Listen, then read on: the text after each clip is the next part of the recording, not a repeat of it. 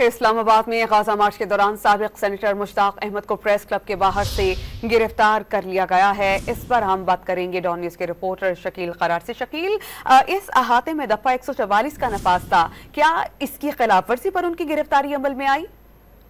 जी बिल्कुल, दफा 144 के साथ साथ जो प्रेस क्लब का एरिया है ये रेड जोन की हदूद में आता है और जहाँ हर किस्म के जैसे जुलूस और रैली पर पाबंदी है। और आज भी जब सेनेटर मुश्ताक की जानिब से डी चौक तरफ जाने की ऐलान किया गया था, जिस पर पुलिस ने पहले ही भारी नफरी तैनात करने के साथ साथ कंटेनर लगाकर डी चौक जाने वाले तमाम रास्ते बंद किए थे। जो ही सेनेटर मुश्ताक अहमद अपनी अहलिया के हमरा और दीगर खवातीन बच्चों के हमरा प्रेस क्लब से बाहर निकले तो पुलिस ने उनकी अहलिया को समेत जो है वो दीगर अफराद को गिरफ्तार कर लिया। मजबूत तौर पर जो है वो 25 के करीब खवातीन, मर्द और एक बच्चा भी शामिल है, उसे भी पुलिस ने उठा के यहाँ से ले गए हैं और अभी तक मालूम नहीं चला कि उनको खिलाफ बकाया तौर पर एफआईआर दर्ज की है या गिरफ्तार किया है।